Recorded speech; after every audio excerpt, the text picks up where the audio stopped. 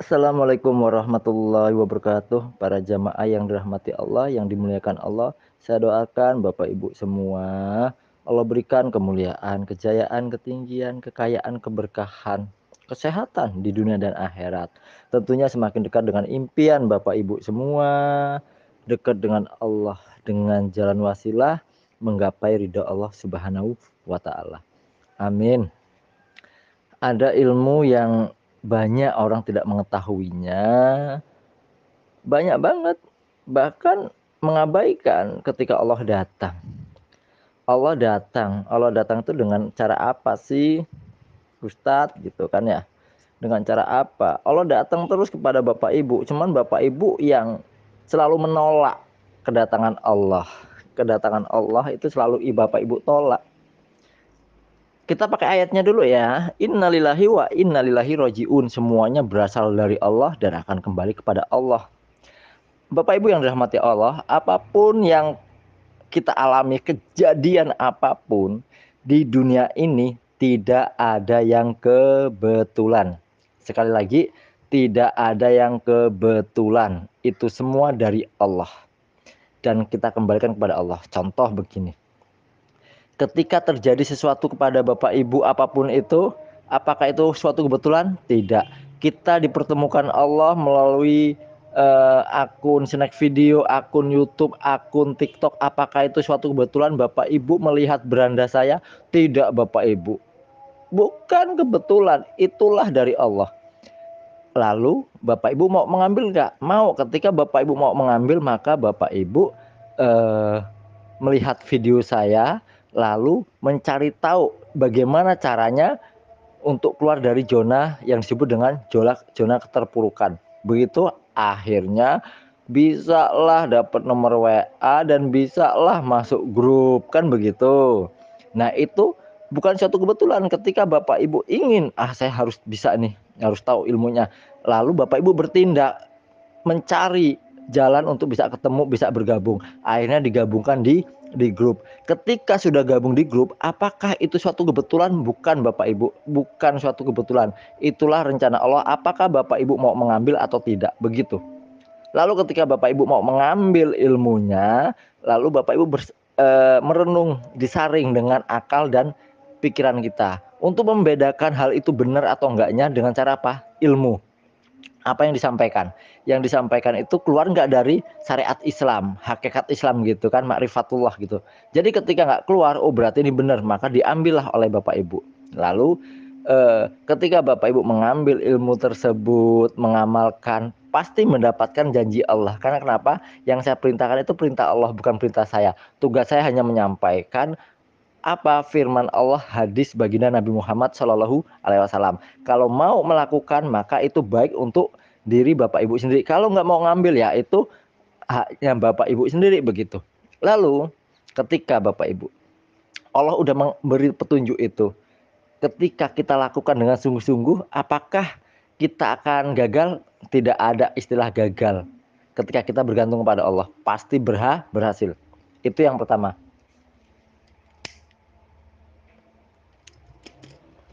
Pernahkah Bapak Ibu berpikir ketika kenapa ketika kita untuk melakukan apa sih amal soleh itu berat? Kenapa coba? Kenapa Ustadz ya ketika disuruh ibadah kok berat, disuruh sholawat kok berat, disuruh sholat ibadah gitu kok berat, apalagi disuruh sedekah Ustadz, kenapa berat banget Ustadz? Iya, karena iblis dan bala tentaranya nggak ridho kalau Bapak Ibu berhasil. Nggak ridho. Sedangkan itulah yang disebut dengan ujian. Nah, kita mau memilih jalan yang mana? Milih jalan yang diridhoi Allah apa yang dimurkai Allah? Begitu Bapak Ibu. Ini saya ada kisah Bapak Ibu.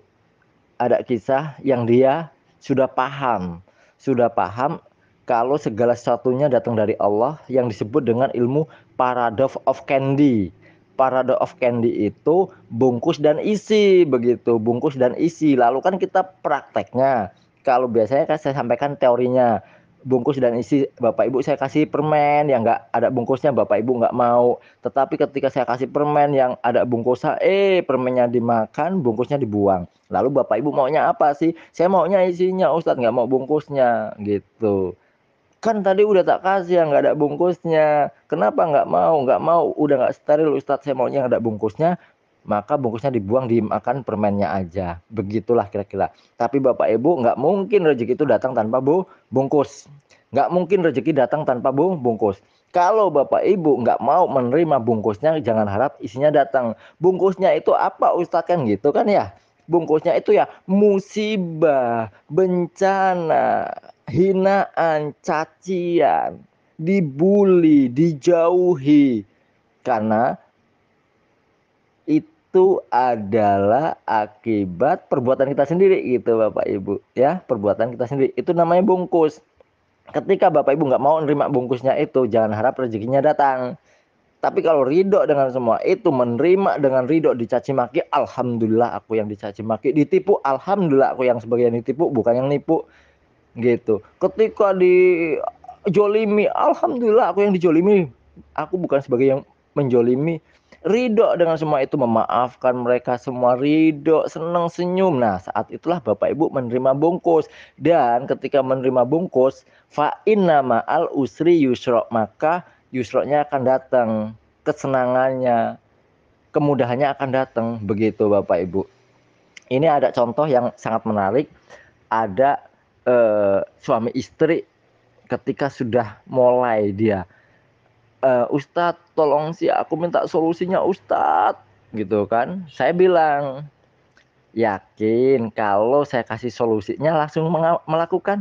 Iya Ustadz, mana mungkin saya nggak mau melakukan apa yang Ustadz perintahkan, sedangkan saya sudah beberapa tahun Ustadz, sudah 10 tahun hutang riba ini nggak lunas-lunas, yang ada semakin tercekek. Oke, berapa hutangnya? 1,5 Ustadz gitu, 1,5 M. Setiap bulannya ngangsurnya berapa? Kadang 50, kadang 40 juta Ustadz. Oke, kalau ibu bapak masih ngangsur terus nggak lunas-lunas, iya Ustadz, karena ini yang diangsur cuman bunganya, begitu kan. Oke, yakin Bapak Ibu mau melakukan apa yang saya perintahkan? Mau melakukan apa yang saya perintahkan? Iya Ustadz, saya akan melakukan gitu Ustadz. Oke, sedekahlah 10% dari yang itu. Dari apa namanya, yang untuk ngangsur itu jangan untuk ngangsur, karena nggak lunas juga. Toh udah 10 tahun kayak gitu terus. Sedekahin ibu ya bapak, sedekahin tuh duitnya yang untuk ngangsur, sedekahin dan tobat dari dosa riba. Nggak mungkin nggak bank itu akan nangkap ibu atau memenjarakan ataupun menyita kalau bapak ibu bilang ya nanti saya bayar. Itu pun limitnya 3 bulan. Kalau ibu mengamalkan sungguh-sungguh ya paling 1 bulan selesai ataupun 2 bulan, nggak lama nggak gitu. Mau nggak mereka bapak ibu ketika saya udah ngomong sedekah, padahal untuk dia sendiri loh, untuk dia sendiri, bertanya sendiri, saya jawab pertanyaan mereka, lalu mereka begitu dengar sedekah 10%, itu duitnya disedekahin, kan itu kan untuk ibu sendiri, untuk bapak sendiri, terserah kemana mau bersedekahnya, karena itu kunci pertama, itulah sampah-sampah yang harus dibuang. Iya Ustadz, begitu Bapak Ibu, iya Ustadz. Sekarang ada duit berapa? Ada ini kalau sekitar 60 juta Ustadz, ya sedekahin aja, bagiin kemana? Besok lagi, bulan besok sedekahin lagi, kumpulin duit sedekahin lagi. Begitu. Begitu dengar nama itu, belum amalan berikutnya, langsung apa Bapak Ibu? Langsung HP-nya mati, diblokir nomor saya. Diblokir nomor saya. Lucu enggak? Kan lucu banget. Dan ini pun banyak jamaah yang sudah gabung di grup ketika ada perintah sedekah. Eh, ada perintah sedekah. Udah tahu Ustadz saya utangnya 300 juta, 500 juta, 1 miliar, 700 juta Ustadz. Apa yang harus saya lakukan? Ya sedekah. Kan Allah janji, kamu mau tak tolong nggak? Kalau kamu mau tak tolong, kamu sedekah dulu. Pinjemin aku, ayatnya ada, pinjemin aku. Allah ulang 5 kali, 7 kali di Al-Quran. Nanti tak ganti minimal 10, 700 kali, Pak, tak selesaikan urusan kamu. Tapi kenapa ketika diperintahkan sedekah nggak mau? Karena apa? Iblis takut Bapak Ibu, takut kalau orang ini sedekah dapat hidayah dan diberikan kebaikan-kebaikan, diselamatkan Allah, sehingga suami istri ini langsung memblokir, nggak tahu. Dan kemarin juga ada berapa jamaah itu yang akhirnya keluar dari grup, apa namanya, ya sedekah. Apa Ustadz ilmunya? Yang pertama sedekah, yang kedua sholawat, yang ketiga perbaiki sholat, minta ampun kepada Allah dan minta ampun kepada orang yang Bapak Ibu jolimi. Begitu. Apa yang terjadi Bapak Ibu? Memblokir nomor saya dan kabur bush. Gitu. Kejadian ini sudah sering kali seperti yang dialami beberapa tahun yang lalu. Apakah mereka tertolong? Tidak sama sekali. Kenapa? Masih mengikuti hal-hal yang seperti itu. Lalu bagaimana dengan yang melakukan Ustadz? Yang melakukan 100% ditolong Allah. Ditolong Allah, selesai. Selesai. Yang melakukan ditolong Allah. Kenapa? Mereka itulah orang yang imannya benar. Contoh nih, ada kisah. Ibu-ibu ini janda. Janda Bapak Ibu, janda. Dan dia punya utang nggak nanggung-nanggung. Hutangnya berapa? 3 M, 3 miliar. Dan di grup ilmu magnet rezeki ada yang hutangnya 20 miliar, ada 15 miliar, ada 4 miliar, ada 1,5 miliar, ada 2 miliar, ada yang 7 miliar, ada yang ratusan juta, ada yang puluhan juta, ada di grup ilmu magnet rezeki yang Bapak Ibu ada di dalamnya itu. Lalu apa yang terjadi dengan yang 3 M ini, ibu ini? Ya sudah, ibu benar-benar iya Ustadz. Sekarang angsurannya berapa? Angsurannya Ustadz itu nggak kurang dari 150 juta Ustadz satu bulannya. Usahanya apa? Ya ada usaha Ustadz, ada beberapa tempat gitu. Ya udah, ibu sedekah, sekarang punya duit berapa? Sedekahin aja ibu, bagi-bagikan. Lalu dari sedekah itu tobat, minta ampun kepada Allah, lalu memproyeksikan apa yang dilakukan, yang diperintahkan itu. Apakah ibu ini melakukan? Langsung melakukan Bapak Ibu, langsung melakukan itu perintah sedekah karena dia benar-benar beriman. Apa kata beliau? Ustadz, jangankan kok cuma 150 juta Ustadz, lebih dari ini pun saya mau. Kenapa? Saya begini nih semenjak saya melakukan hutang riba itu udah lebih 15 tahun. Sampai suami saya meninggal karena stroke, sakit diabetes, ya sakit stroke karena mikirin ini utang. Dan suami meninggal, saya janda ini yang ninggal warisan hutang itu Ustadz. Sampai sekarang ini nggak ketemu ujung. Lalu apa yang terjadi ketika dia sedekah, fokus sungguh-sungguh itu, hutangnya sama kawannya suaminya dulu satu, rentri juga, itu ada 4-5 cabang Bapak Ibu.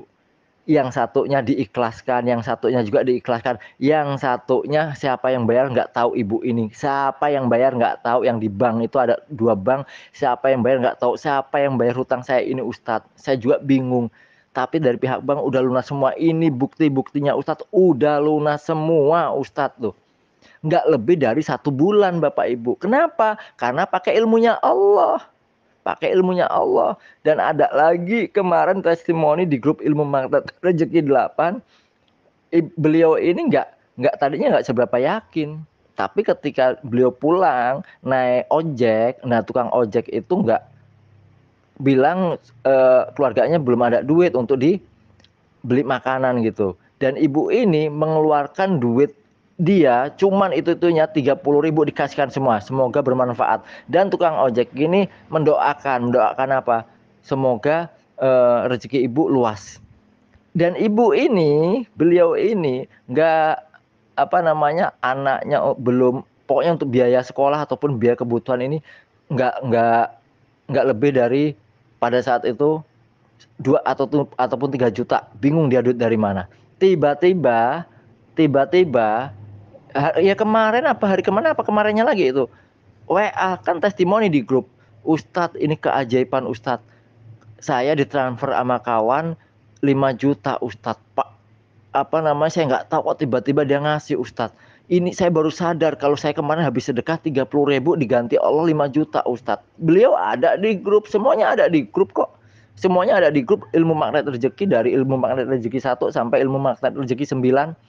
Dan tergantung Bapak Ibu ini di grup ilmu magnet rezeki mana gitu. Yang testimoni ini kisah nyata semua, kisah nyata yang Bapak Ibu ada di grup itu semua. Jadi intinya ketika melakukan nggak mungkin Allah menyalahi janji. Dan ada lagi suami istri yang anaknya sakit, istrinya sakit, nggak sembuh-sembuh. Istrinya sakit, sembuh, sakit, sembuh, nggak sembuh-sembuh.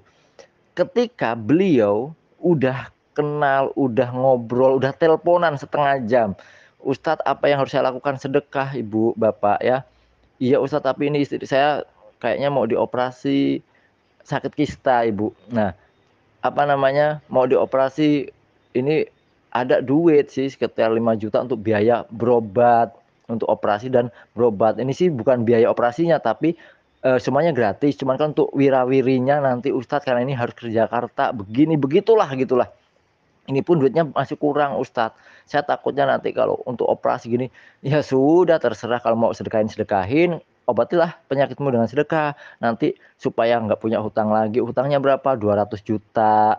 Dan istrinya sakit-sakitan. Begitu Bapak Ibu. Tiba-tiba ketika dia, ya sudah, intinya saya menyampaikan. Nggak lama nelpon lagi, Ustadz, kalau nggak saya sedekahin untuk berobat istri gimana? Tapi ini tadi kok ada kawan saya Ustadz, ibunya udah di rumah sakit, butuh biaya pas bener 5 juta Ustadz. Dia mohon-mohon banget, gimana Ustadz tuh? Gimana Ustadz? Apa yang harus saya lakukan gitu? Saya bilang kepada, untung aja beliau nelpon Bapak Ibu. Kalau beliau nggak nelpon, wassalam, wassalam banget. Apa yang harus saya lakukan Ustadz? Sejam 2 jam yang lalu nelpon, tak suruh sedekah. Tapi mau berobat, mau operasi untuk istrinya, rencananya 2 hari lagi mau ke Jakarta, masih ngumpulin duit untuk operasi istrinya, begitu. Lalu apa yang terjadi? Mau sedekah atau operasi, mau sedekah atau operasi. Kalau untuk nyicil utang nggak mungkin gitu kan, karena butuh banget untuk operasi istrinya. Tiba-tiba 2 jam kemudian lagi nelpon lagi, karena ada kawan dia yang masih sepupu apa gimana gitu, saya nggak paham. Lalu apa yang terjadi? Nelpon karena ibunya di rumah sakit butuh banget obat apa duit, dia minta pinjem sama si beliau ini duit 5 juta sesuai yang dipegang itu. Lalu dia nelpon, gimana Ustadz solusinya? Kalau beliau nggak nelpon, kalau beliau mengatakan saya nggak punya duit, wassalam, nggak akan dapat pertolongan Allah, nggak akan dapat. Karena itulah kawannya nelpon kepada dia minta duit pinjam 5 juta, itulah Allah datang dengan cara Allah, yaitu Allah itu innalillahi wa innalillahi rojiun, semuanya kejadian ini rencana Allah semua. Itu rencana Allah untuk memberi rezeki kepada suami istri ini yang butuh duit. Ketika dia minta minjem gitu. Beliau ini nelpon saya, gimana Ustadz? Kasihkan, jangan dipinjamkan, tapi sedekahkan, kasihkan aja. Nanti istri dan ini, ya minta sama Allah. Yakin gak sama Allah? Memang ada dokter, ustadz yang bisa ngobatin itu manusia. Yang nyembuhin siapa? Allah Ustadz. Nabi Ayub sakit, apakah dengan berobat? Enggak Ustadz, dengan doa kan? Iya Ustadz. Percaya nggak dengan hadis ini? Obatilah penyakitmu dengan sedekah. Sedekah itu menyembuhkan penyakit, mengangkat penyakit dan mengangkat kesusahan. Percaya nggak? Percaya Ustadz, baca ulang-ulang hadisnya. Percaya Ustadz, udah kasihin, sedekahin. Oke Ustadz, nah akhirnya resmilah disedekahkan duit itu kepada kawannya yang butuh banget itu duit untuk ibunya. Untuk biaya ibunya yang sudah dioperasi, mau dibawa pulang gitu loh Bapak Ibu. Apa yang terjadi ketika diberikan, besoknya nelpon lagi ini mereka. Apa yang terjadi? Penyakit yang ada dalam diri istrinya sudah nggak ada. Istrinya bisa bangun, bisa ini. Ustadz, ini nggak terasa sakit lagi ini. Ya Allah yang nyembuhin, yang ngangkatin kok dari sedekah kamu. Dari sedekah kamu. Lalu coba aja periksa ke dokter kalau nggak percaya. Apa scanning deh. Begitu dibawa banget bener scanning, nggak ada penyakitnya, Allah sembuhkan Bapak Ibu dengan ajaib. Dengan apa? Wasilah sedekah, wasilah berdoa kepada Allah, wasilah sholawat. Mudah bagi Allah menyembuhkan gitu. Itu pertama penyakit. Tadinya 5 juta ini untuk berobat, untuk ke Jakarta aja masih bingung, duitnya kurang apa enggaknya, ini masih bingung. Ketika disedekahkan, diangkat penyakitnya tanpa kemana-mana. Bisa nggak? Bisa banget bagi Allah. Itu yang pertama. Setelah itu si kawannya yang nelpon pinjam duit ini pulang, ketemu, ngobrol-ngobrol dan membawa saudara dan keluarga. Saya minjem duit dari ini, dari ini, dari ini. Enggak, saya nggak minjem, nggak minjemin, tak kasih gitu. Maksudnya saudara yang kawannya ini mau ganti duit ini, apa namanya, yang pinjam duit ini, yang dikasih disedekahin sama kawan sama beliau ini, pengen ganti gitu kan, pengen ganti. Tetapi apa kata, beliau yang sudah sedekah ini, "Saya itu nggak meminjami, tapi saya niat sedekahkan dan istri saya sudah sembuh." Gitu. Karena kenapa? Karena beliau ini ngomong kalau ini pun ada untuk berobat istri, cuman udahlah untuk kamu aja gitu. Tapi istrinya sudah sembuh dan kawannya ini kok bisa? Ya dengan sedekah, bingung. Lalu si apa namanya? Kawannya ini yang punya kawan yang mau membayari ini ngomong, ngobrol, "Kerjanya apa?" "Saya ternak ayam, begini-begini," gitu kan. Tapi sekarang lagi collab, lagi bangkrut, dan istrinya punya toko, punya ini, lagi bangkrut, nggak punya ini. "Udah gimana kalau kita kerja sama? Saya pengen juga bisnis ayam di daerah" di Jawa sih, Jawanya Jawa Tengah. Gimana orang saya bapak ibu juga Jawanya mana, Sulawesinya mana, saya nggak ada yang tahu, nggak ada yang paham, gitu kan. Lalu beliau, "Yaudah yuk kita kerja sama, yuk kita bisnis lagi, ini lagi. Tapi saya masih punya banyak ini, amanah ini gimana, sekitar 200-an, 300-an juta lah taruhlah gitulah."